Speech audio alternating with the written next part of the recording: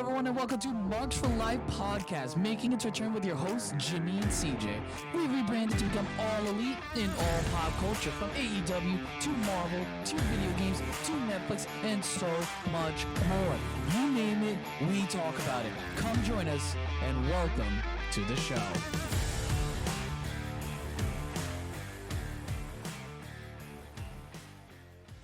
Hello, everyone. Welcome to this week's edition of Marks for Life podcast.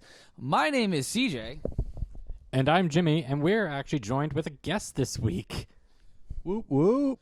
Yes, joining us today, we have the godfather of Funtime Podcast Productions. We have Reuben Cruz. Hello, everyone out there in Markdom. Marked? I like it. I liked it. We don't have a fandom name. I'll take Markdom for our 12 friends. So Reuben, tell us why you wanted to join the podcast today. Well, I think it was fitting because I was actually at the show with you guys, and it was a great time. Can I curse on here? Do you guys curse? Yeah, you can go ahead. Okay. It was a fucking great time at the UBS Arena right here on Long Island. And it was a fun event. That was the first AEW show I've been to. And the first wrestling show I've been to since SummerSlam at Barclays, whenever the last one of that was. Didn't you go to that one, Jim? No, I went to the first Barclays pay-per-view they had in 2013. Yeah, because it was my 18th birthday. I remember. And then I went to the first NXT Brooklyn show. So that was the same weekend. Yeah, the same weekend. Yeah. Oh, so you guys just missed each other by like a day. No, I was at the NXT show too. Oh, you were? Oh, so I went to NXT and then I went to SummerSlam. Lucky. Nice. Yeah, but the better show was the NXT one. Oh. Well, you still got Undertaker taking on Lesnar that weekend, if I remember correctly. So It was. Yeah. I do apologize for the audio quality in advance, just because we only have two mics. We're still getting used to our new setup, just because due to the pandemic, we really can't record at the library, which have like 7 mics. But Reuben, you want to tell us?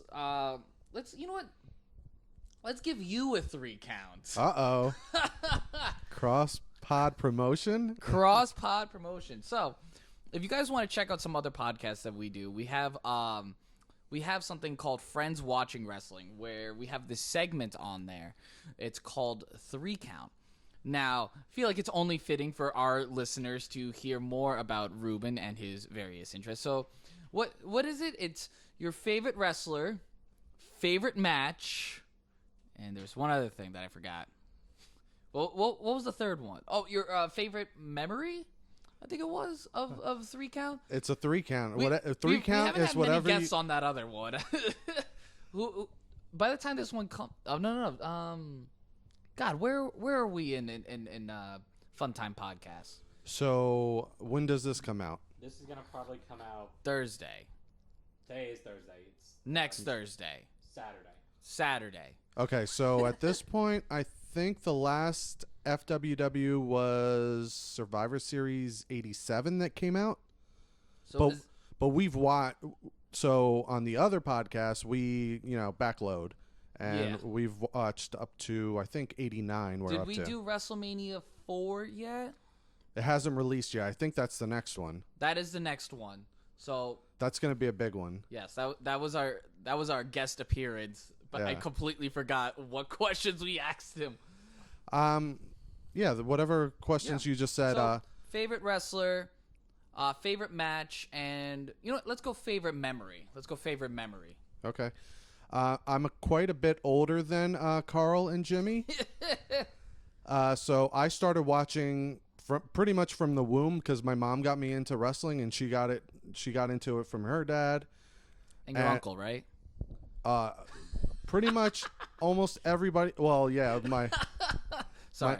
my uncle Hulk. Oh my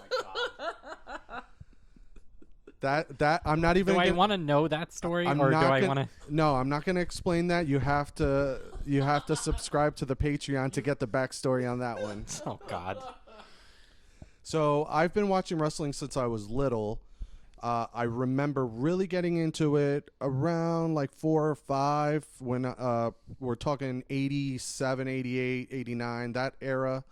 So I started off Hulkamaniac as a little kid. Pretty much every kid was a Hulkamaniac. Yeah, that sounds about right. Then that neon colored menace came into my life, ran down the aisle, shook those ropes, and turned my heart upside down, and I became a Warrior stan for the rest of my life. Okay, so hold on. Let me just interject for a second. So, I have 3 older brothers. One of them is not the biggest wrestling fan. The other 2, one of them is, and the other one is slightly. The one that's slightly, his favorite wrestler is also the Ultimate Warrior. And when he was a little kid, my dad and my older brother would tell stories about him body slamming my brother, who was off like the bed and breaking like his arm or something like that, which is definitely something he would do. He was also a Macho Man stan as well, so I can't. Also Macho Man stan. So it's weird because I definitely started with Hogan and Warrior, but besides those 2, I was always a heel guy. Macho King, Randy Savage, HBK, the early days when they broke up the Rockers, all the way even like Kurt Angle, his heel days. God, I love He Kurt. was one of my favorites ever. So I've watched from the late 80s all the way until the beginning of Ruthless Aggression. And then at that point, it was basically my distaste of John Cena that kind of got me out of it. Like most people. And also just, at that point I was going out a lot more. I didn't have time for, 4 hours a week of wrestling. So of all the things to cut out of my life, that was the easiest. But I will say that I've gone back and watched most of those. Like even at that period when I'm not watching regularly, I was still watching every Royal Rumble, every WrestleMania. Those were the 2 that I would come back for every single year. But I will thank Carl. You're welcome. Because based on the other podcast, he would hype up AEW and just talk about it nonstop and just be talking about like the old stuff and being like, yes, a lot of this storytelling is in AEW. They've just revamped it with like high flying wrestling and like better wrestling. Yes. And I'm like, all right. He's hyping it up a bit.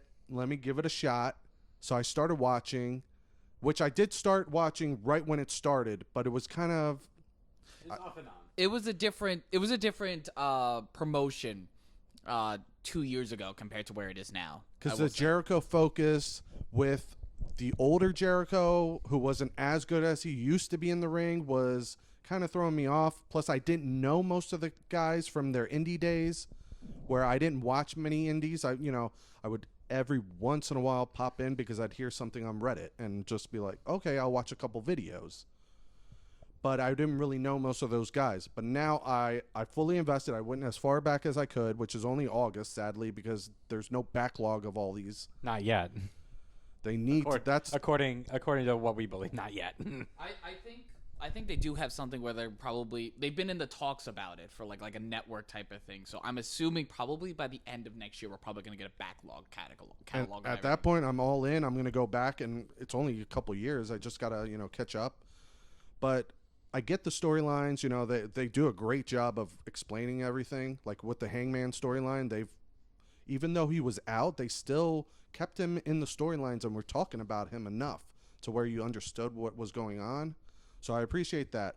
Ultimate Warrior, somehow I already did a tangent. No, you're good. No, you're good. You're good. Keep going, man. We're enjoying this. Ultimate Warrior was my favorite. Still is. I appreciate him on a level that a lot of wrestling fans don't, where most of the wrestling fans just appreciate the nostalgia. I think as crappy of a person as he was in real life, I think he is at this point underrated based on how much his history and his character has been maligned, especially by WWE.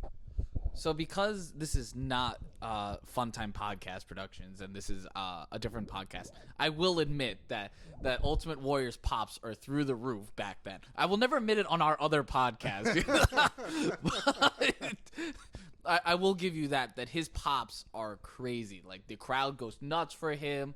You see the little kids getting dressed up in the face paint, which in my opinion is such a big indicator of if you're over. If kids are dressing as you, that means you're over. More than the merch sales, like that's a draw right there because you're getting the younger.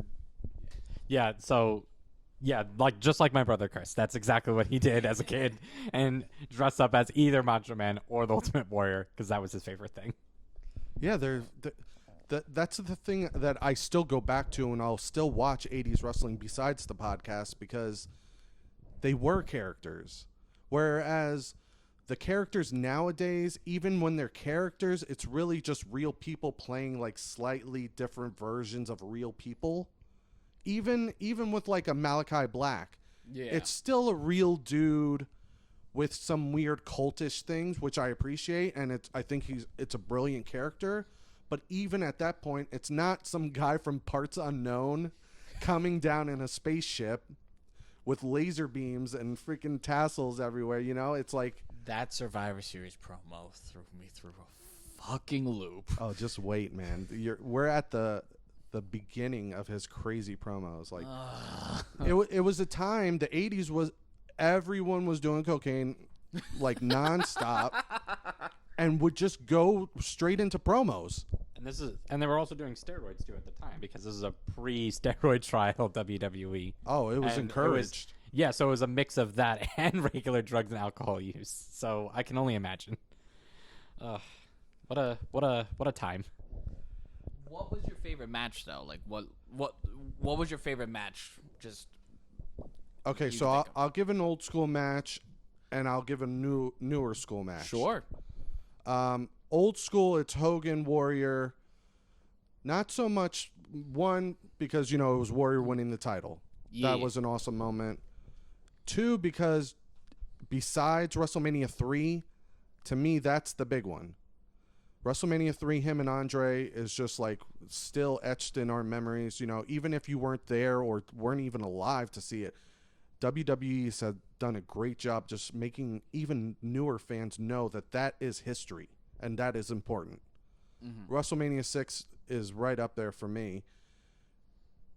I watch that, no lie, at least once a year. At least. That'll be the match where I'll just throw it on just because I want to watch some old wrestling. Yeah. Newer school. Let me. New school could also be within the past 15 years. Let's be real here. Yeah, I'm gonna go. Sasha and Bailey at Takeover. Brooklyn or Brooklyn. Okay. Being there live just immediately captivated me, made me a huge Sasha fan. I think she's not great on the mic, but everything else she does perfectly. Her character work without being able to, and she's gotten better on the mic. She's getting more comfortable. She's obviously, I liken her to Hangman, where he's decent on the mic, but you can tell he's not really comfortable. Or even better is Jungle Boy. Yes. Where Jungle Boy, because Hangman's probably a lot better than Sasha, but it's similar where you can tell when they're talking, they're not really comfortable doing it. I'm going to keep the mic away from you, Jim. I know Sasha's your girl. No, to interject, I actually know exactly what you're talking about because you know what it is? It's the fact that Sasha's a really good wrestler, and that match particularly highlights a real good strength of hers that makes that, with eventually Bailey winning that match. It was just good, and being there live, it just felt different. And it was just one of the highlight matches of my thing, because I think the main event was Balor and Owens, and that match. The ladder match. Yeah. And it was good, but everyone remembers the women's match. It was just that good. It was so special that it just made me instantly I will follow her no matter what. I can't stand WWE, not so much for the actual wrestlers, because I do appreciate most of them. They're really good. The Usos, Kevin Owens, love him. Sami Zayn's doing great things. You got Shinsuke. You got some of the older guys. Cesaro's still there. They got even Roman Reigns. He's doing great character work now. He's finally found his path. It's just the style. It's the camera cuts. It's the commentary. It makes me angry when I watch it. But I will, I'll still watch clips of her. And, Bailey's done great things. And she has somehow found, like... She had a complete 180 from when... describing like that match in Brooklyn to now, just a complete 180. And she's from a hugger to a Karen. And she's a freaking great on the mic now. Like, amazing. Like, one of the best. So that one live, and also, I've seen that. I probably watch that at least once a year because it was just, it's that good. But I will give one AEW match because I'm, recently into it, and the wrestling, I have to say, is phenomenal. I appreciate all the, old school flavors, but the in-ring is really where it stands out, and it's got to be Danielson and Omega. Yeah, that we watched that one live. It was so good. It's hard to like pinpoint just like how good, to be honest. I can agree with that one because like the crowd was red hot for Danielson Omega. No one thought that they were gonna start, but as soon as they started, I remember turning to Jimmy. I'm saying this is gonna be a draw, and he's like, "No fucking way." And I'm like, "Dude, it's almost 8:30. It's gonna be a fucking draw." And everyone behind is like, "It's gonna be a fucking draw," and we were all expecting it too. And it's crazy how like they can make a draw work. Like in modern day wrestling, you're never gonna see time limits aren't enforced in other promotions. So to see that and to see the wrestling and to see like the sense of urgency, like I always liken it to Rhodes and Darby, their first encounter. That made Darby, they're like, oh, he can go toe to toe for 20 minutes. You had Jungle Boy and Jericho. You had Pac and Moxley. So it's just time limits are so good. But go back to talking more about how great that match was. So I appreciate the time limit because actually having the time limit pass and it be a draw, because that obviously is an old school thing that used to happen all the time because you didn't want your top guy to lose, but you also didn't want the guy that was challenging for the title to lose either because you wanted to continue that storyline through all, the towns you were going through, especially reading Brett's book. Yeah. He was talking like almost every night was a draw, a Broadway. So it's a good way to keep both guys at the top where they need to be. And Omega needed to be, kept up because he was about to face Hangman. And Danielson, it was his first match. He needs to continue winning. Yes. I do like it also because a lot of people will look at countouts and DQs and screwy finishes to keep people strong or 50-50 booking. Simply just having a time limit. It's like, oh, they couldn't beat each other within that time. They are so even. It's just such a simple concept. But, no, that was a great match. It's a thing that's really gone away with TV wrestling a lot. Yeah. Because they want to make sure they can fit as many matches so they can promote as many matches as possible during, a Raw or a SmackDown. But I think AEW is doing a great job of, it doesn't matter if we only have 4 matches if they're really good. If they're great matches, you're going to want to see them every week if they're really good. Quality over quantity. Right. Just look at their pay-per-views comparatively. WWE has been doing a lot more. They have a 2-night WrestleMania.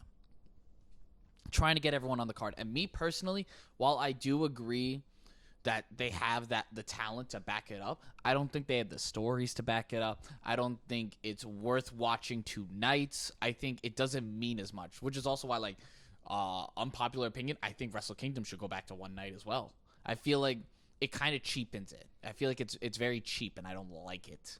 The only thing with WrestleMania that I've just, from reading, things on Reddit and all the, like Meltzer and all that, WrestleMania is such a big payday for the wrestlers that's why Vince makes sure that everyone, like, they'll throw a battle royal when they don't, the Andre the Giant battle royal, just so everybody gets that super payday, because that was always the big one where everybody got gigantic bonuses, which was sometimes more than a guy would make pretty much all year would be the bonus from WrestleMania. So I appreciate it for the wrestlers. As, I agree with you, though, for the fan, I do like the 2 nights better than the overlong, all-day WrestleMania, which was just exhausting. where Becky Lynch wrestled pretty much 2 nights. And then you have like half the It's card crazy. and the crowd's dead. Yeah. It's... I'll give that one to you, Jim. Yeah, it's all right. That's why we need 3 mics. Yeah, I know why we need 3 mics. Yeah, I think I kind of agree. Like, you know, a lot of wrestling may not be like the best way to do it. Like, you can have as much talent as you want, but at the end of the day, it's how we build to those stories. And I think this is the problem with, I think, WWE having a pay-per-view every single month. That as long as we've been watching wrestling, wasn't a big deal until, hey, another wrestling company showed in and say, hey, we're only going to do like 5 we're only going to do 5 a year, 1 for each quarter, maybe 2 if we're lucky, and we're going to make sure that we build to those really well while continually doing a good story. And for some reason, that works. And that, I don't know, like, to me, that's just how a good wrestling show at least just functions.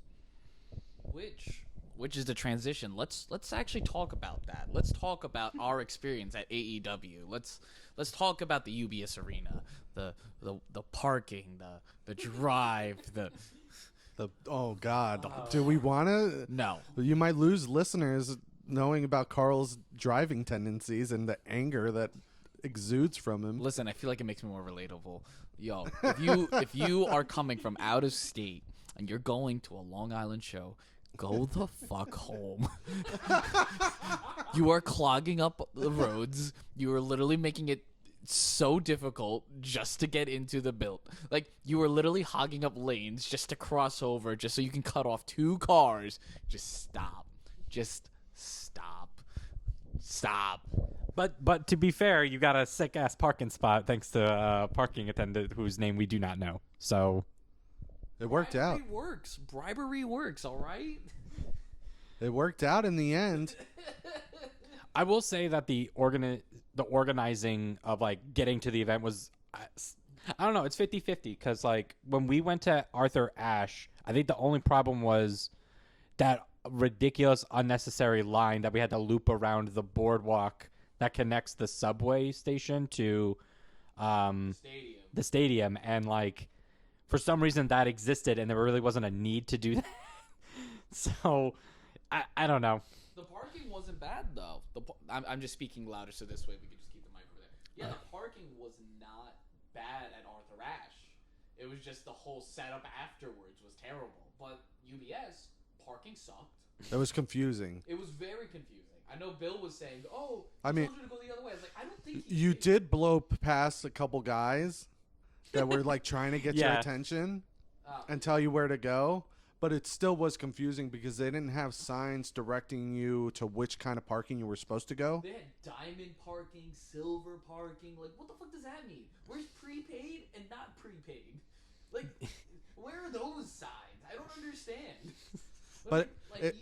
it's also a brand new arena, and they are building another parking structure like right there. So Good. Okay. So yeah, but like hopefully by the next time we go to a show, like that will be done and won't be as confusing. But that one was confusing. Other than that, getting into the arena was perfectly fine. We got in. Brand new. Let's mention that it's a brand new. Literally opened on my birthday, November 19th. So 3 weeks old when we got in there. Everything. I want to go to every arena opening from now on just to see arenas that are that clean. Yeah, I know, right? It was so perfectly clean. Y'all, I'm right there with you on that one. Damn, like it was nice. It was really nice. I don't think I've ever been in that clean of an arena before. Yeah, it's cool and perfect setup. You get right in. You can, obviously walk around to wherever your seats are. The opening of the arena, because depending on what kind of arena or stadium you're in, you might be lower, you might be higher. It's like right in the middle with the concourse and everything, with all the restaurants. They have good restaurants, good food. Yeah, we had good food. I'm sorry, Carl. No, I don't think I ate any of the food. I think I just had some drinks. You wouldn't even take water at one point. I took water in between the breaks. So this I can calm down my headache, and then I took some ibuprofen on the way home. Jimmy, do you want to tell the people out there how Carl is at a wrestling show? He's insane. They already know that we've told this story so many times for different shows that we've been to. He's insane, a good insane. Not saying it's bad, but loud, always like chanting, starting up chants. He's that guy. Listen, I'm trying to like support all the wrestlers. I'm trying to support everyone that's wrestling. So to the guy that was like, who's with this guy? While I'm trying to cheer on the women's match because you're just a little like piece of shit. Fuck off. You know, I'm supporting Anna Jay and Ty Conti and Soho, and like, you know, I'm trying to like support them so they get more time. And to be fair, that guy was a dick like 3 minutes after he yelled at you. Yeah, he was. He fucking was. Fuck that guy. Awesome experience. I'm just glad that we didn't get a kid with a sign in front of us waving in front of it, because I got a chance to actually watch the show. That's like the only thing that I'm glad about. But when we like got there, I think they already started doing the dark matches for regular dark and dark elevation, right? Yes, they had Red Velvet wrestle. They had Thunder Rosa. They had Chris Statlander, Alex Reynolds, and Tony Nese. Yeah, having Tony Nese in a dark match was fantastic. I really, because this will be our second or third time seeing Tony Nese. I think it's our second or third time, because we watched him at a House of Hardcore like 2 or 3 years ago in Long Island. I think it's Smithtown. St. James. And we watched him against Ricochet. Yeah, this is before. Whoa. Yeah, before they went to before the cruiserweight stuff. Yeah. Wow. It was It was right after the tournament before he ended up going to Raw. How was that match? So good. So Ricochet's music did not play. So he started beatboxing. It was great. Where is that on TV, WWE? Where's Ricochet's personality? You fucks. That's another thing that WWE messes up with, because a lot of these wrestlers that are uncomfortable with the scripted promos are fine when they're like just talking to people and like being natural. A lot, it's uncomfortable. There's a reason actors get paid so much money, because it's hard to do that. It's hard to read off of a script and have emotion. When it's your own words, it's much easier to have emotion. Like the fucker CM Punk. I mean, I guess we could get into that portion. Yeah, let's get into the actual show. So, all right. So, oh man, that wasn't even the first thing that came up, was it? No. That was the opening segment. All right. Sorry, I have a bad memory once it comes into that, but the specifics I'm good with. So, it opens up with MJF's music first off, and we were all chanting and yelling like, "Yes, our fucking Long Island boy!" Even though me and Carl fucking hate MJF. Well, no, I don't hate him anymore, because I started to realize he doesn't hate us. He loves us. He loves Long Island. He hates everybody else. I'm like, I feel special, which is probably really toxic, but I feel special. He's not gonna hate us until he like sells out to WWE. Let's be real about this for like a hot second. That's going to be a couple years from now, so don't worry about it. Listen, that's the bidding war of 2024. Fair point. I see you've been on Twitter. But continuing, his music goes off, and out comes CM Punk. Boo. And everybody is booing like crazy, and I get into it even though I'm wearing a CM Punk shirt, and I get into it. I'm like, fuck this. Get out of here, you fucking Chicago person. Get out of here. You have Carl yelling in my ear, fuck the Blackhawks. Fuck your pizza, which I agree with. That was a great chant that actually... So, did you guys watch it? I watched the CM Punk promo just to see... Okay, so I watched the commentary just for the CM Punk promo, just because I wanted to see what would happen. That and the MJF thing later on. The fact that Tony Schiavone said... When CM Punk was bashing the Islanders, CM Punk's like, Tony Schiavone goes, "This is coming from a Blackhawks fan." I'm like, thank you, Schiavone. We're on the same wavelength.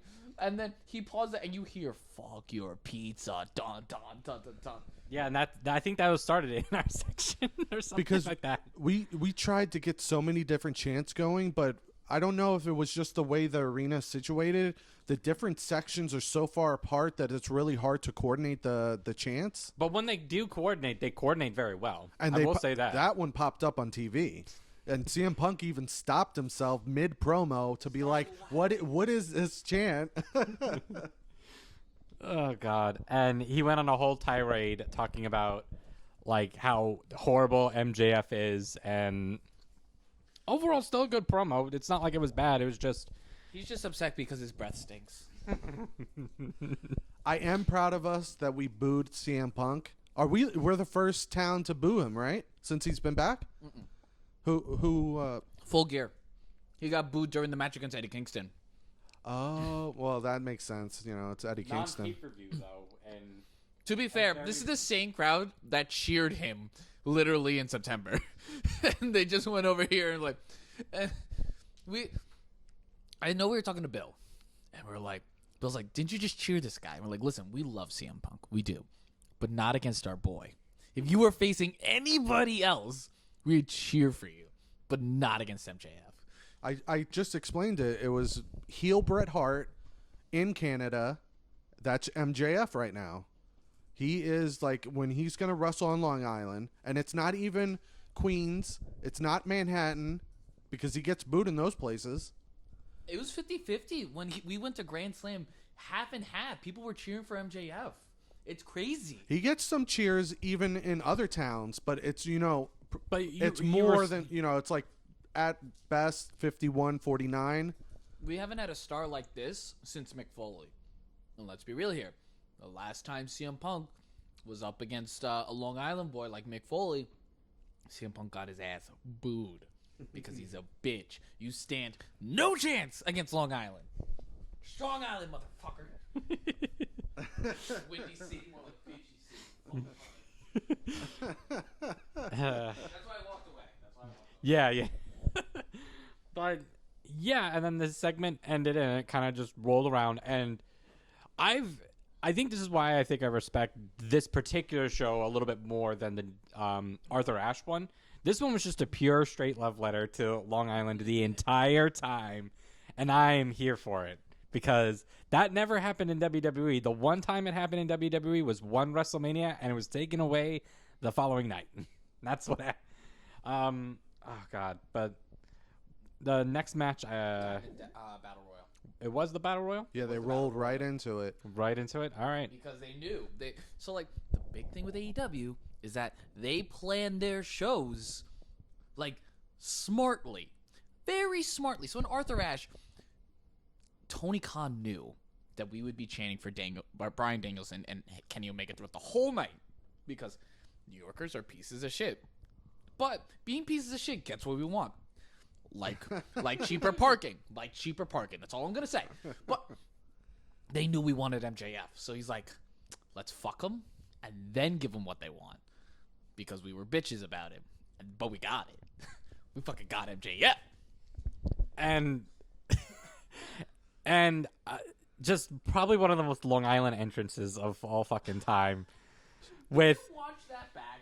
Did you actually Yeah, watch because I couldn't hear a lot of it.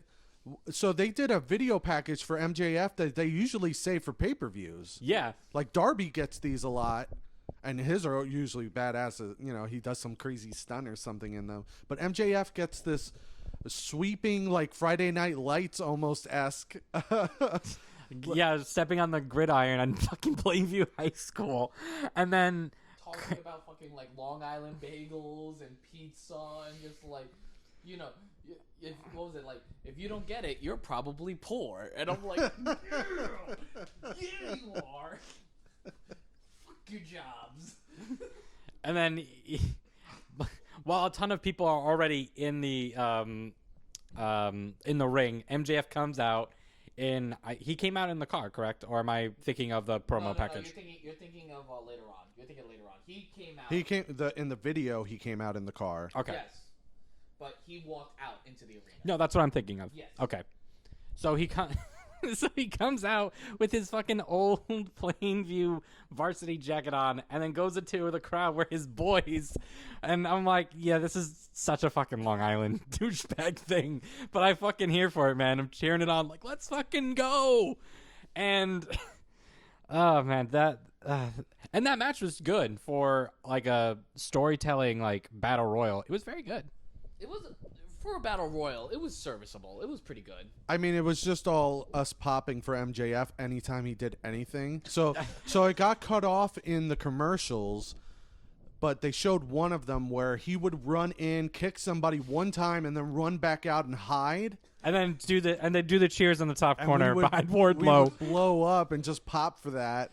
It happened, I think, 3 times during the actual battle royal, but they only showed one on TV. Yeah, because we're such fucking animals. We chant one more time, and he goes, one more time? And he just fucking goes and just does it. And towards the end of the match, I forgot what...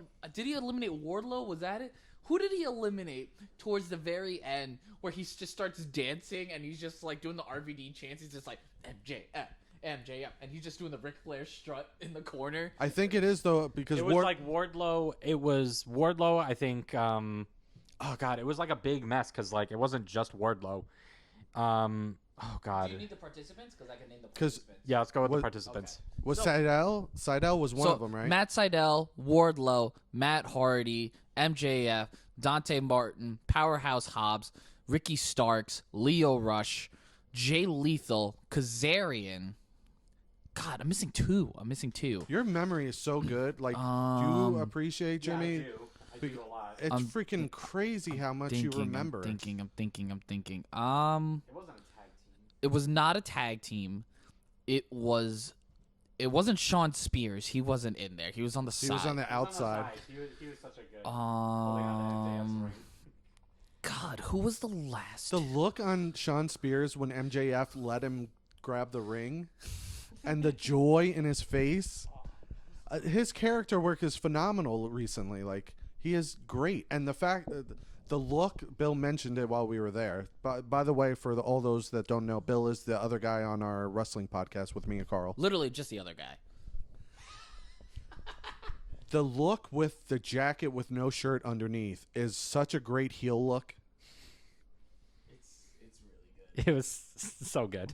So Wardlow had 2 guys I think he was eliminating. MJF comes up from behind and eliminates all 3 of them at the same time. And we're losing our collective shit because it was great, but it was like, oh, he's missing his shield, and I think the last 4 people were I'm mad. I figured it out. Okay, hold on. It's the 2 fucking Lees. Lee Moriarty and Lee Johnson, the 2 most I'm sorry. Actually, I really like Lee Moriarty. You know, Tyga style. But like, bro. Bro. Fucking Lees.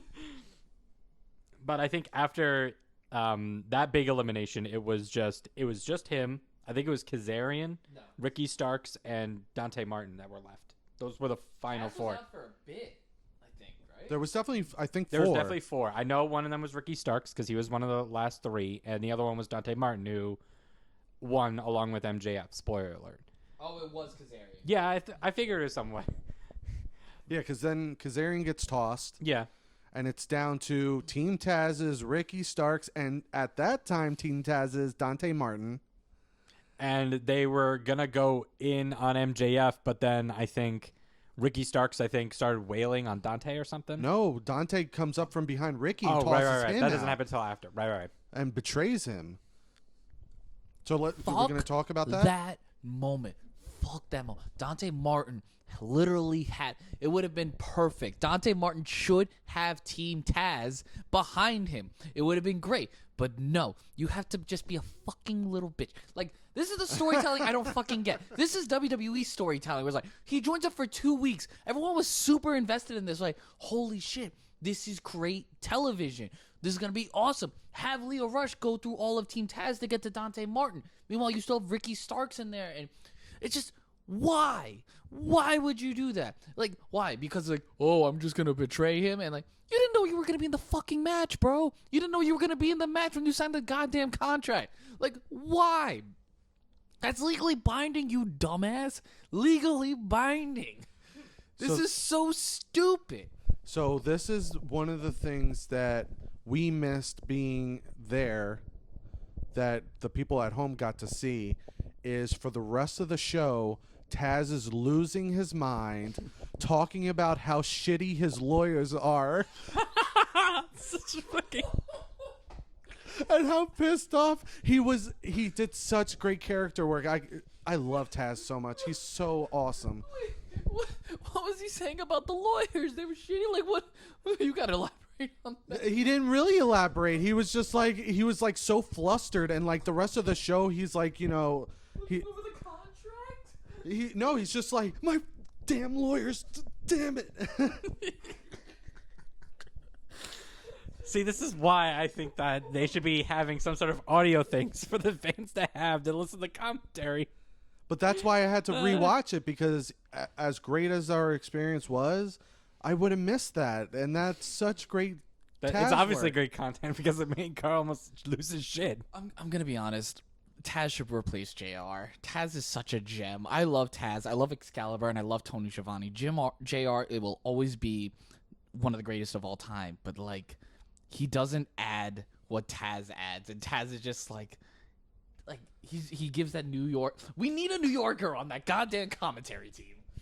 Taz does add the heel angle one on commentary, which is so needed. And then he's so great. Like, him and Excalibur sometimes step on each other because they're so great at calling the play-by-play. But JR, I will give JR the credit. He has the special ability that very few commentators have of making some moments just pop bigger than they actually are, especially on pay-per-views. I will say the Sammy Guevara moment where he wins the TNT title would not be as good without Jim Ross. I miss him saying, Sammy, Sammy, Sammy. But after the match, beautiful work after the match. Someone else talk about it.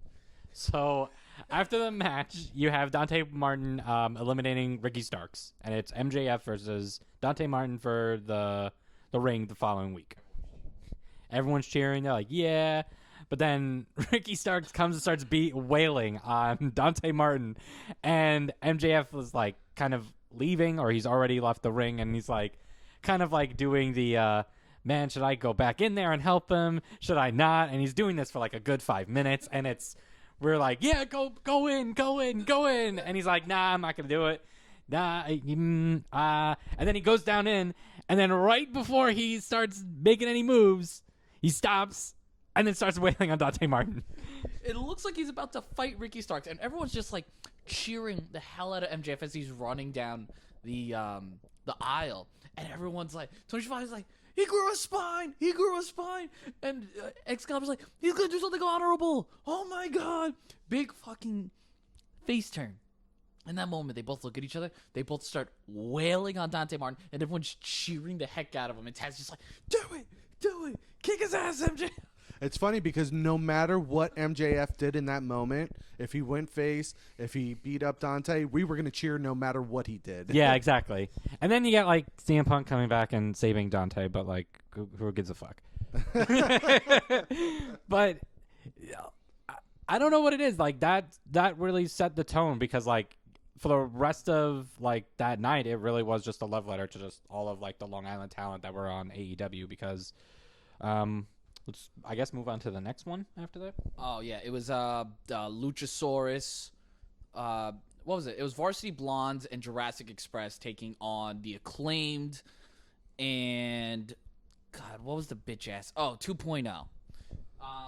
Serviceable match. Pretty good. Everyone popped the fuck for Luchasaurus and for Max Caster, because Long Island boy, but a Long Island boy with a great rap. No, he didn't rip Boss. He just ripped Cuomo. Good match. Great. You know, everyone was really hyped for the theme song. Eddie Kingston comes out to just absolutely tear into Daniel Garcia, which everyone popped for Eddie Kingston because we fucking love Eddie Kingston. But fuck your audio trucks, AEW. Yo, Eddie Kingston cut a fucking promo, and you're just like, nah, we're going to mute his ass for a bit. It didn't show up in the broadcast either. Yeah, so I don't know what the fuck you're doing, dude. Like, who the fuck did you hire? Who'd you hire for this shit? It's possible that was like a mistake, and that's just like one of those production things that like AEW needs to get their shit kind of tightened on. What is there? Is there production? Oh, we blame production. Is that their version of budget cuts? No. I mean, no, because I don't know. Like, do you think that was done on purpose, or do you think that was an accident? Because I'm ruling that it was an accident. Because he was talking, and he was talking facing the camera. Like, obviously, he wanted Yeah, there to was be supposed to picked be up. like a promo attached to it. And then he teams up with Santana and Ortiz, and they get their asses kicked by 2.0 and fucking Daniel Garcia. But like, come on, dude, your production. You guys are fucking millionaires. You shouldn't be having these fucking problems with goddamn production values. Oh, the cons are billionaires. Even better, even fucking better. It ain't an M, it's a B. B comes before in the goddamn alphabet. But damn it, you don't know. You're fucking peas with your production values. Carl's cutting a heel promo right here. Yeah, that's what he does. You should hear my one on Braun Strowman just going to fucking town on Brock Lesnar a couple years ago. Oh man, that was so much fun. Ugh, the best of. But like, I don't know. Like, do you think that they need like have a head of production that's like well known behind the scenes, so like everyone knows like if there's a production problem, we know who to blame? Because like at this point, if we really don't know anything about it, it could be just whoever's doing it, and like who do we hold accountable? Listen, we can always blame Kevin Dunn. That's what to say. Like secretly, it's Kevin Dunn. It's just us I working. mean, they in the don't backstage. have too many mess ups. It's once in a while. Exploding barbed wire death match. I wouldn't say that's a production problem. I think that was just they. 100% a production problem. Yeah, but not. What would you put that under? Budget cuts? No, it's no. They had the thing with the barbed wire exploding thing was that they didn't know what would look better, and they were wrong when it turns out that we were gonna keep everyone inside the thing, and that was a terrible idea. I'm just saying they should have exploded the whole arena. Well, not the whole arena, the whole ring, and that would have been amazing. But they didn't do that. I'm just fucking saying. You fucking hit the unmute button and you're set. It's literally turning it off and on again.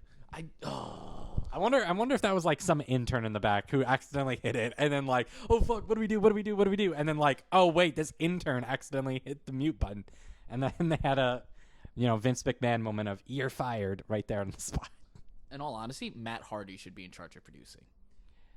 When it comes to like the technical stuff like that, Yes. That's my thing. Is he good at that? Well, he did all of the Elite Deletion and everything like that. He did all of those cinematic matches, so obviously he knows his way around. And they can't get the was it Jeremy Borash that helped him? I don't know if Jeremy Borash. yeah, Jeremy Borash helped in TNA when they did the final deletion back then. The pinnacle of Matt Hardy's real artistic talent before hopping to WWE again. And then just killing that character. Well, yeah, them killing that character, not so much Matt Hardy doing it, but Do we go to the next match on the card? yeah. Okay, next match on the card. Well, actually, do you want to talk about that promo or the match or anything, Reuben? Because I just went on a fucking tirade about the fucking production values. It was cool seeing Eddie Kingston come out like so low key that I didn't even know it was him right away because he like had a beanie on, right? And he just like snuck out, and then all of a sudden people to our right were like popping, and we're like, "What the hell's going on?" And we looked over and we saw him. Yeah, it was awesome. The whole reason that we went to this show was to show Bill Luchasaurus.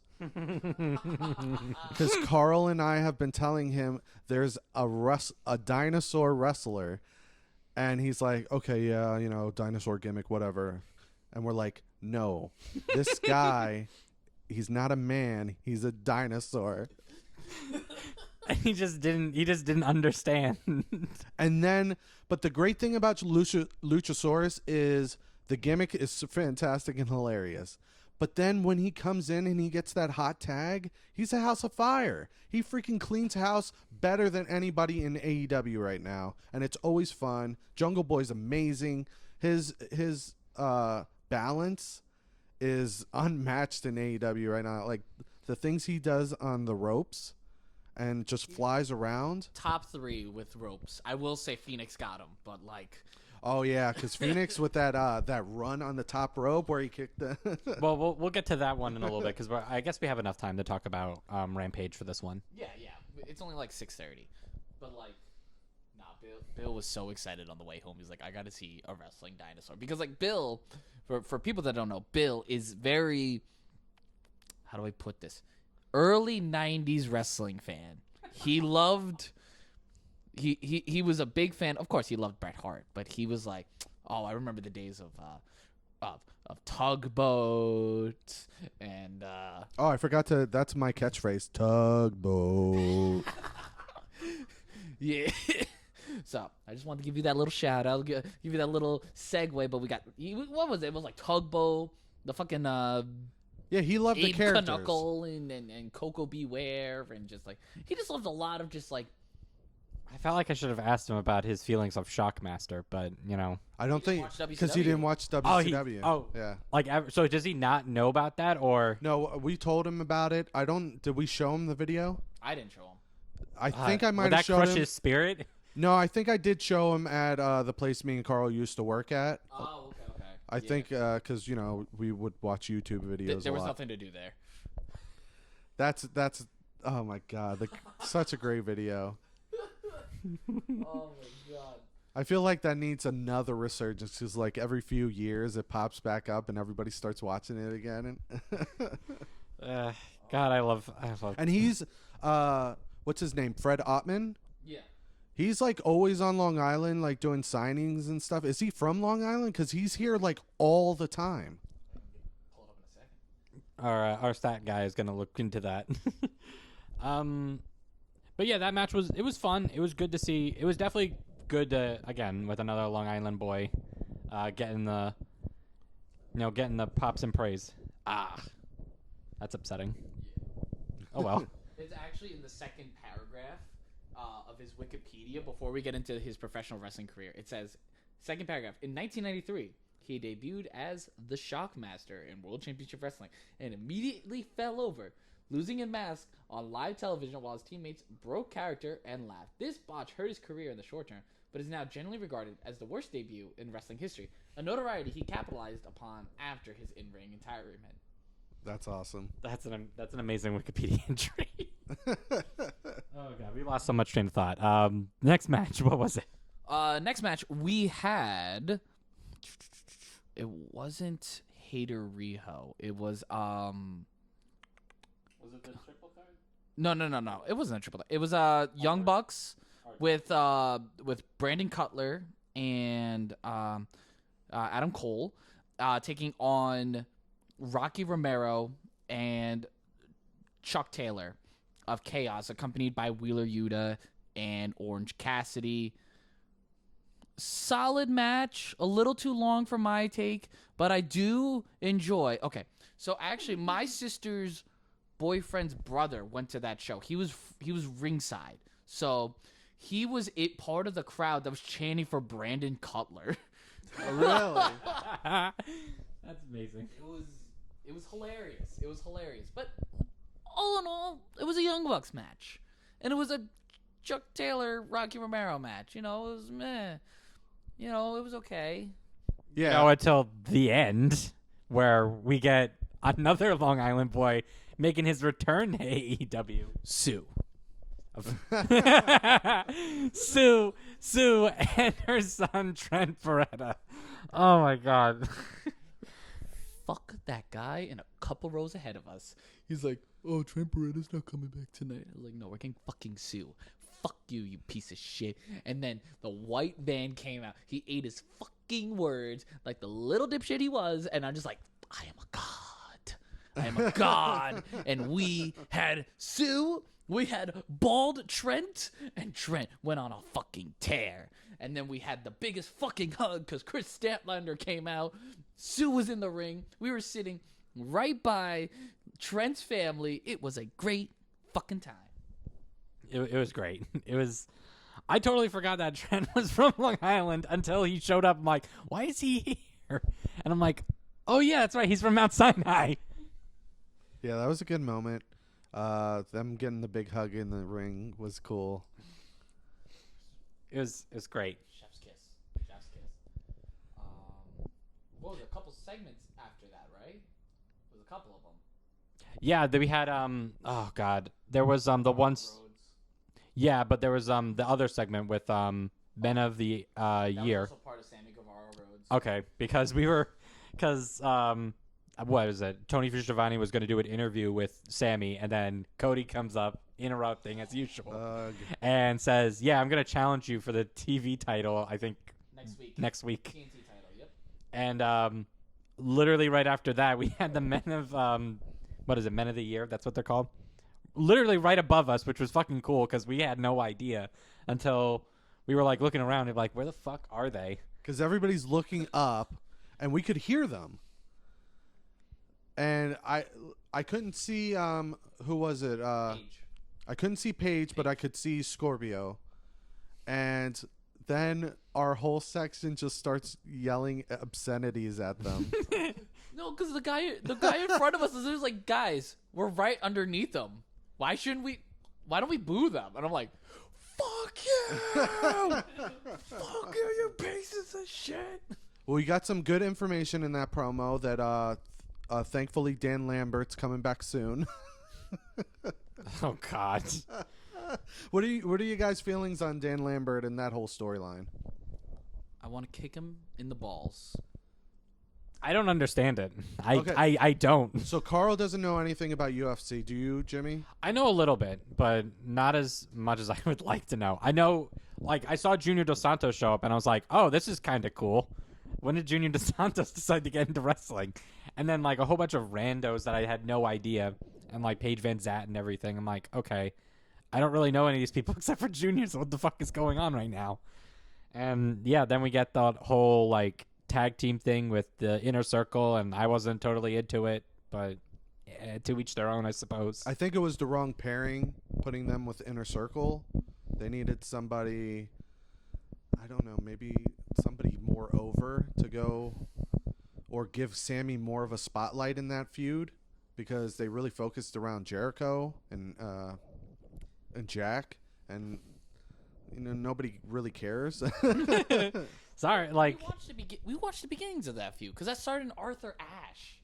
That's what's bad about it. We saw Hager and Jericho take on the Men of the Year, and we were like, this match sucks. well, yeah, that match particularly sucked, but like, what was it? It was like a couple weeks before that they were on television or something like that. It was literally the week before, Jim. It was literally the week before that. That's when it started. It was still that bad. Like, I generally don't care. Like, don't get me wrong, I love Junior Dos Santos. I thought he's a fucking great fighter, but like, why? Yeah. So I don't know. It's this weird thing where they're trying to cross over with MMA, because American Top Team is legit one of the best MMA schools in the country. And, they're putting out top tier, like, either past guys like Andre Orlovsky and Junior Dos Santos. They had Jorge Masvidal, who's a huge star right now, and Paige Van Zandt, who's not a great, female fighter, but she's a huge star. So they bring in the top tier talent on that side, but then they pair them with Men of the Year, who I don't know if they have any past history, but they kind of suck. Give me America's Top Team against Team Taz. Something like that, because Taz, Yeah, that could have honestly that could work. It that makes more sense because Taz talks about MMA all the time. Taz pretty much introduced MMA to the world of professional wrestling, in my opinion. Like, he was the guy to bring that to the forefront. Yeah, he was one of the first guys to put a lot of the actual MMA submissions into his matches. So that would make a hell of a lot more sense. Plus, people actually like watching Team Taz. So you're not just wasting half an hour of a program every week with these characters that nobody either doesn't know or doesn't care about. You want to know what the reason was? It's because Dan Lambert is afraid that Taz will send Hook. It's too early for that. It's too early. We have to save that. So another thing on the commentary, watching it back, Taz did. He didn't say what the surprise was, but he said he had a reveal later on in the show. Build up. It's so good. It's so good. So what's the next match? Jamie Hayter taking on Rio. It's a rough time. It was rough. Don't get me wrong. I like Rio. I think that Rio is fun occasionally. It's just like The problem is that like it's against, and I hate saying this because I know how much you like Jamie Hayter. A relative nobody, and like, I'm sorry that the crowd wasn't there, and I don't blame them that much. I don't blame Jamie on that. Okay, all I right. don't blame Jamie on that either. It's just unfortunately like People were for Jamie Hayter. People were for Jamie Hayter. Look, haters are gonna hate. All right, haters are gonna hate. But like Jamie Hayter is going to be a star. She is the Wardlow of that team because they're building her. So no one fucking cared about Wardlow when he first showed up. They're like, "Ooh, big beefcake! Wow, he can join like the very few other big beefcakes they had, which at the time was Luchasaurus, and it wasn't Brian Cage. It was Jake Hager at the time. Jamie Hayter is in a very unique position where she's one of the strongest women on the roster. She's up there with Statlander, Cargill, and Nyla Rose. Jamie Hayter needs to be paired with Britt Baker because, like MJF, Britt Baker is the star of her division, and Jamie Hayter is only going to grow. Riho, unfortunately, was very great towards the inception, but now with more interesting characters has fallen behind, which is unfortunately is a sad tune to a lot of wrestlers from back then. Brandon Cutler, QT Marshall, Sonny Kiss, fucking Joey Janela, Dustin Rhodes. I will throw his name in there. As much as Dustin Rhodes gets a pop, inconsistent. Jamie Hayter will be a champion by 2023. 2023. Yes.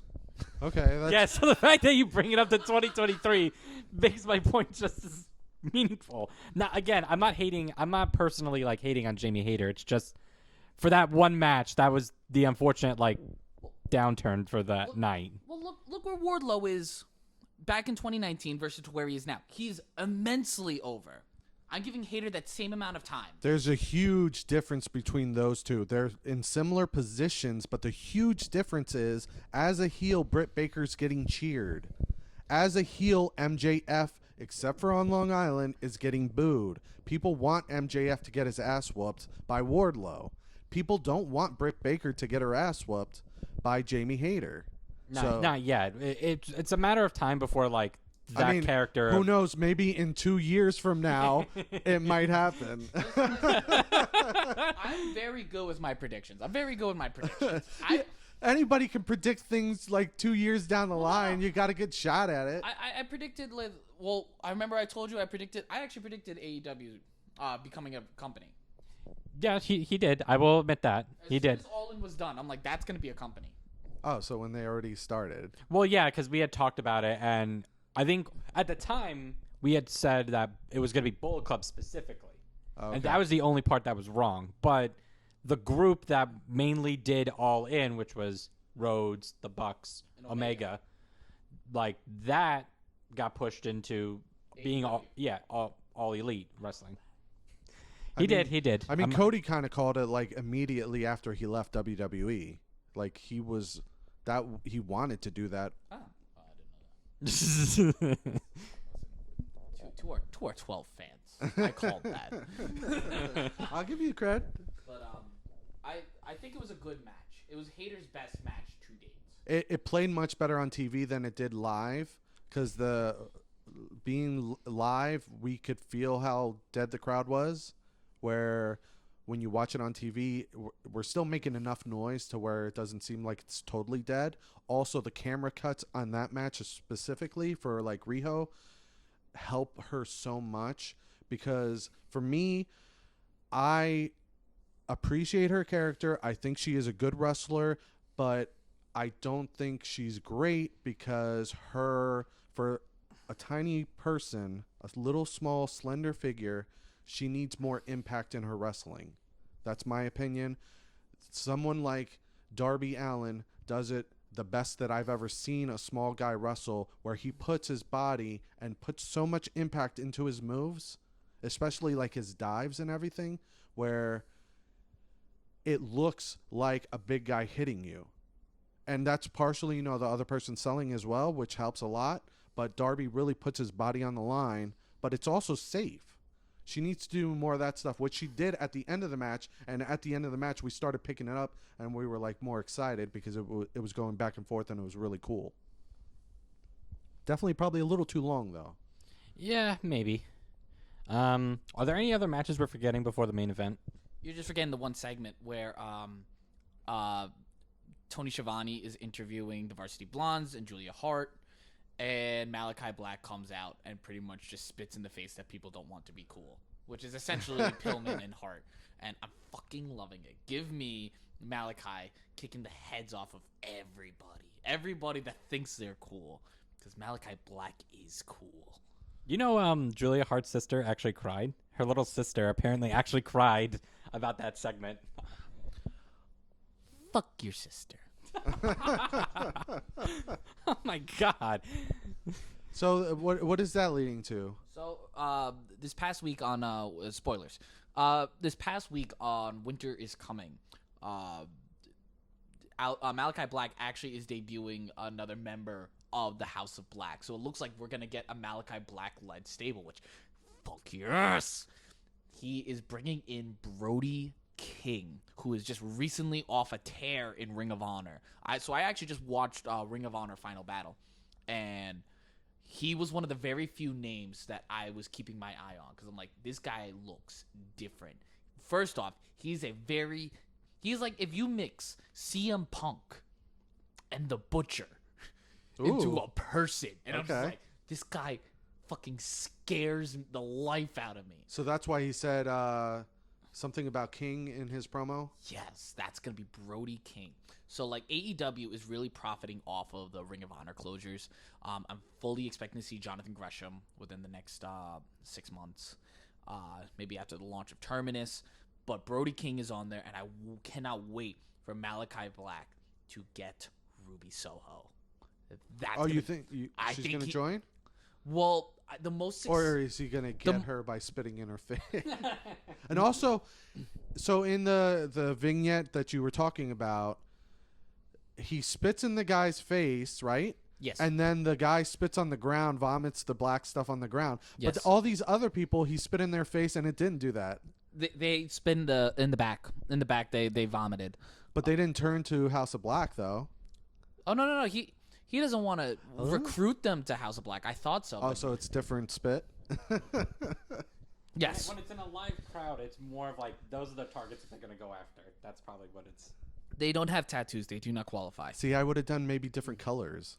Like a blue spit for, people you're trying to hurt. Black spit when you're converting somebody. Maybe. I can agree with that. But, like, I could see him starting to collect... Because I feel like factions are can be so successful in AEW.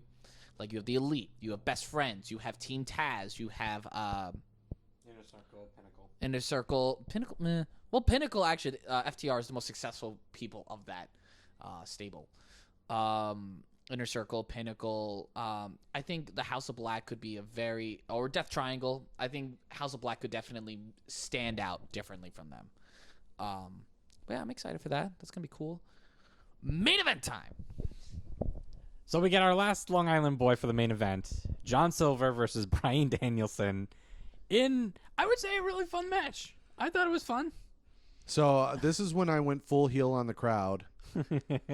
Because I was popping for everything Danielson did while everybody else was popping for Silver because he's Long Island boy. Bryan Danielson is the best wrestler on the planet. His character work is phenomenal. His intense style is right up my alley because he makes everything look so real.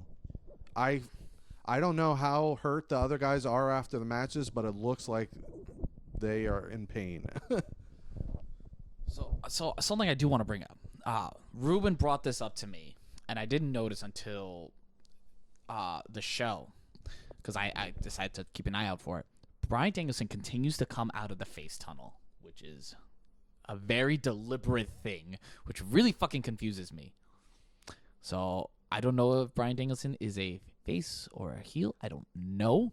But I will say that he put over John Silver in a very different way. Watching the promos and the vignettes, he was like, oh, Silver, you are an elite athlete, but you are only as elite as the people you surround yourself with. And I'm like, oh, that's so fucking true, because everyone in there is kind of shit, except for Anna. Yeah, he kind of like he put it John Silver on a different level than everybody else in the Dark Order. He really did. Like in the package, Yes. he was talking pretty big about him. Yeah. And the match was completely different. Like John Silver had a ton of offense in that match and really made it look like, even though we knew who was going to win, obviously, it felt like Silver could do it though. Like it was like you really saw the talent. He's like, wow, you should look at this guy different. I will say that I'm really glad some of the crowd was starting to chant meat every time he kicked Brian. Meat. I'm like, yes, I started this one.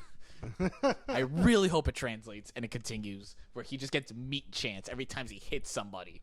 Oh, should we talk about the fact that our buddy Bill was drinking buddies at the bar with John Silver's dad for 45 minutes? Yeah. We're watching the show and Bill's texting me, I'm hanging out with this wrestler's dad. People were coming up to him asking him for autographs. Oh, God. So amazing.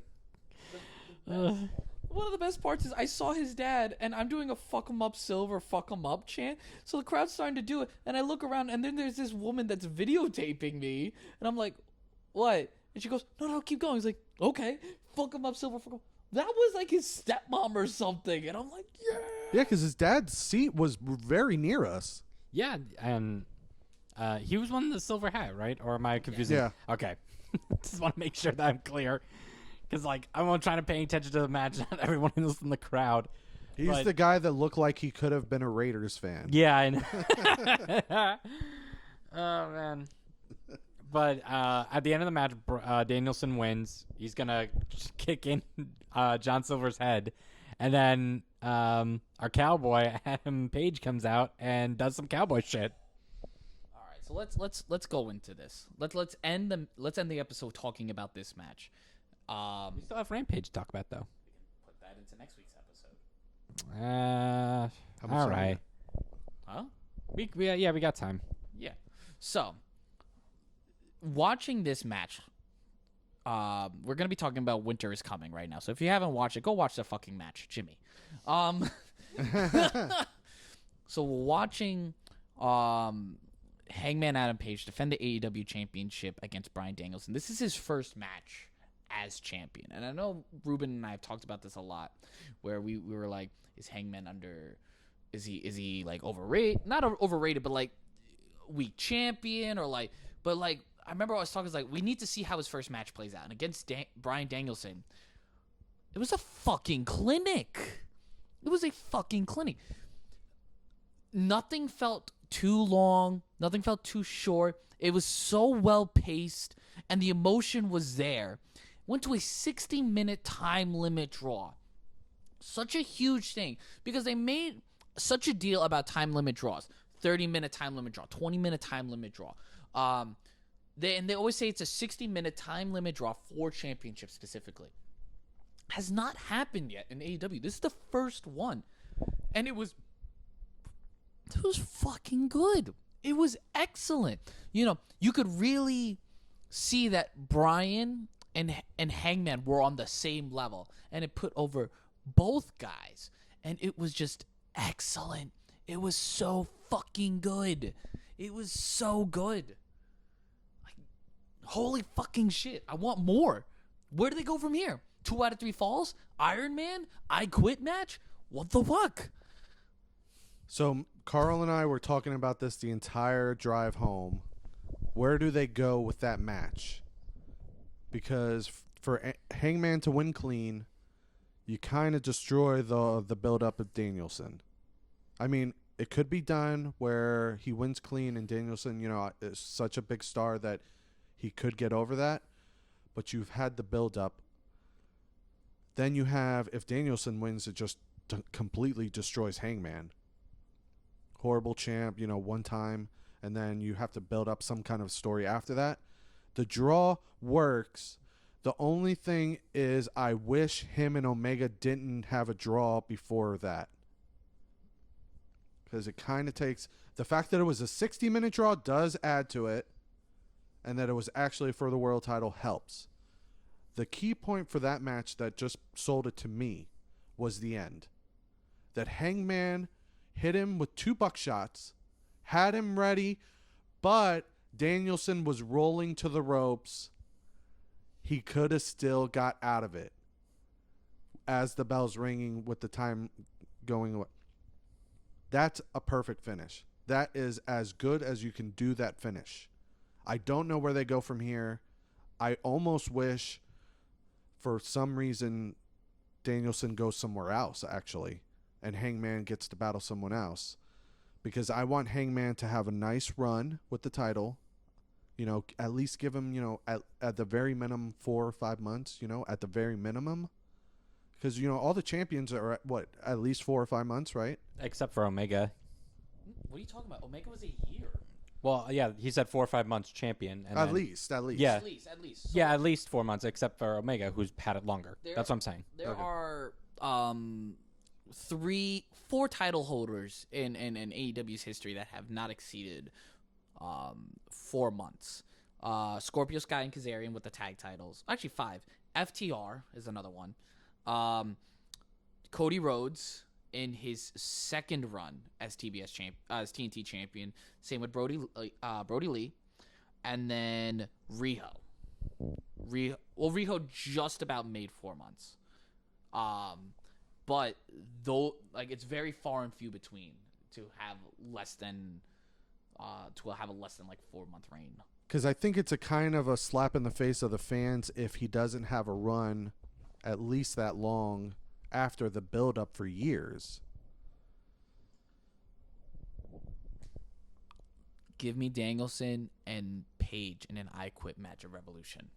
They need to rectify that exploding barbed wire death match. And I think the best way to do that is to have an I Quit match. And I think that might do it. Or a 60-minute Iron Man match. But they couldn't even get one fall in 2 hours. Give them 2 hours. give me Danielson playing fucking Kurt Angle, where he just or Brock Lesnar or Bret Hart, where he's just smart. He's like, you know what? I'm gonna bust your fucking leg up with a chair, and I'm gonna make your ass tap out. Or like Sasha Banks. That's how she would do it. You know. I think that is how she did it with the Iron Woman match. Actually, the following NXT one. Give me Intelligent Brian. It's like, I have 60 minutes. I can fucking make this work. Would one match be good, or would something like a best of 7 series or something like that? No, you don't want think multiple not for matches. the title. Not for the title. I mean, I don't know. Me personally, I think it's tough. Like, I don't know if I want to see like a more time limit match. I think that it needs to end at some point.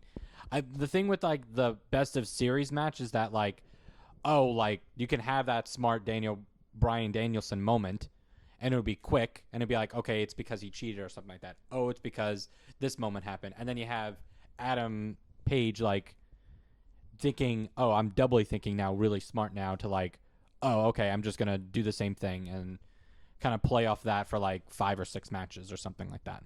Okay, so fantasy booking, right? That's what we're doing right now. Fantasy booking. Another podcast Carl and I do. Okay. Nice plug. So we're continuing with the Daniel Bryanson. Bryan Danielson. Bryan Danielson. It's and, all right. It's confusing. Hangman. Do another draw. Another 60-minute draw on a Dynamite. Then at that point, they decide this can't be done in one match. And then go into like best of 7 where every match is a different stipulation to settle it. And whoever wins the best of 7 is the champ.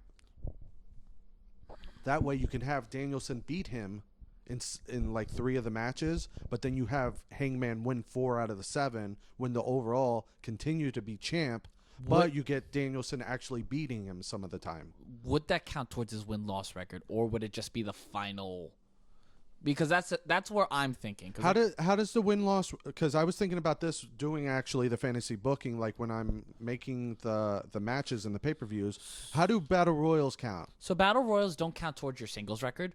It just counts towards your overall record. Overall records of wins and losses, but they have separate ones. They have, how many times you've won in 6-man tags, how many times you've won in tag teams, how many times you've won in multi-man, how many times you've won singles.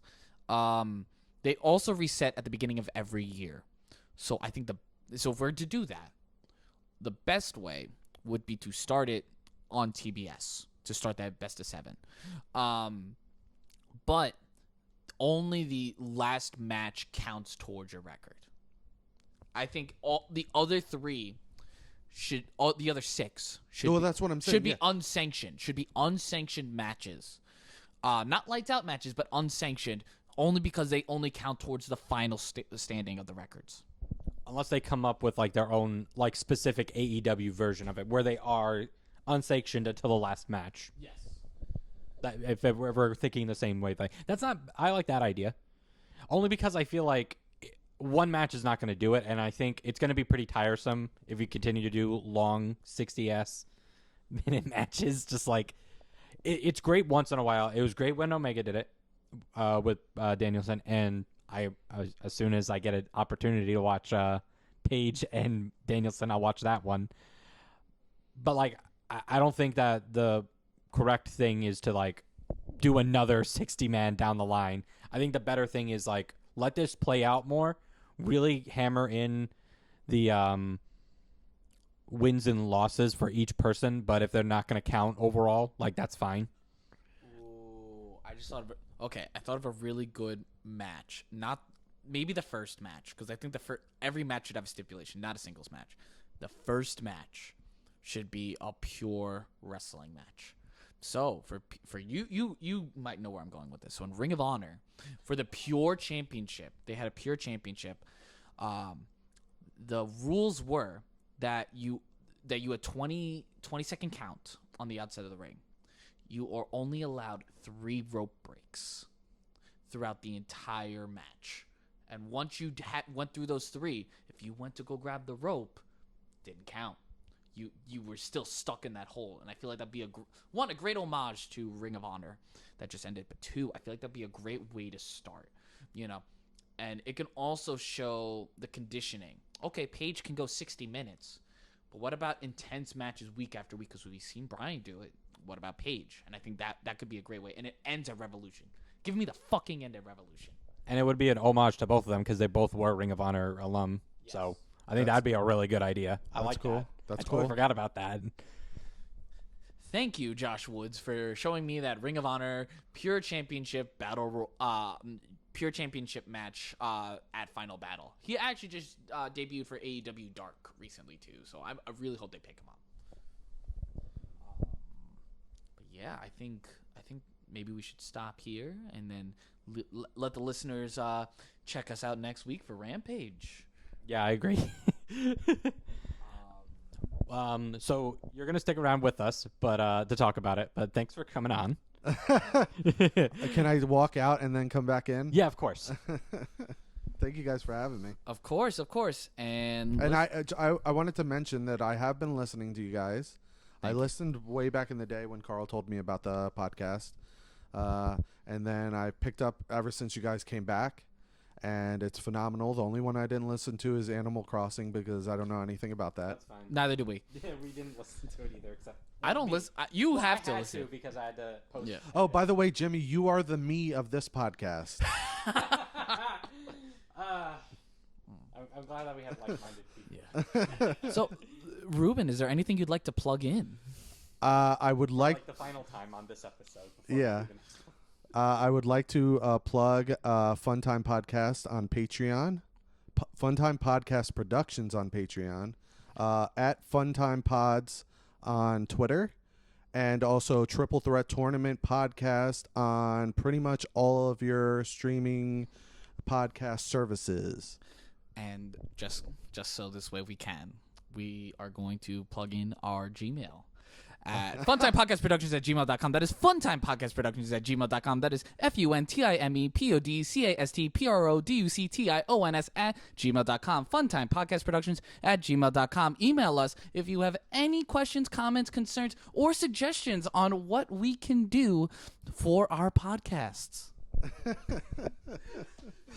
I totally forgot you could do shit like that because, God, I have everything saved up pre-recorded, so, like, he doesn't have to do that shit all the time. Does he do that live for you He guys? does it live every time. I think I screwed up once. I think one time he screwed up, and sometimes it happens multiple times in one podcast.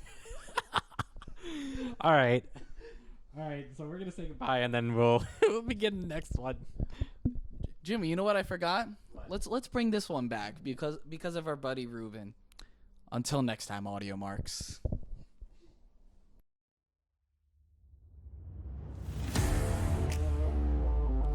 Thank you for joining us at Marks for Life Podcast. Please follow us on our social media on Facebook at Marks for Life Podcast, Instagram at Marks for Life Podcast, and Twitter at Marks for Life Pod. Check us out on Spotify, Google Play, iTunes, and wherever else you listen to podcasts. Thank you for choosing to be all elite, and we will see you next time.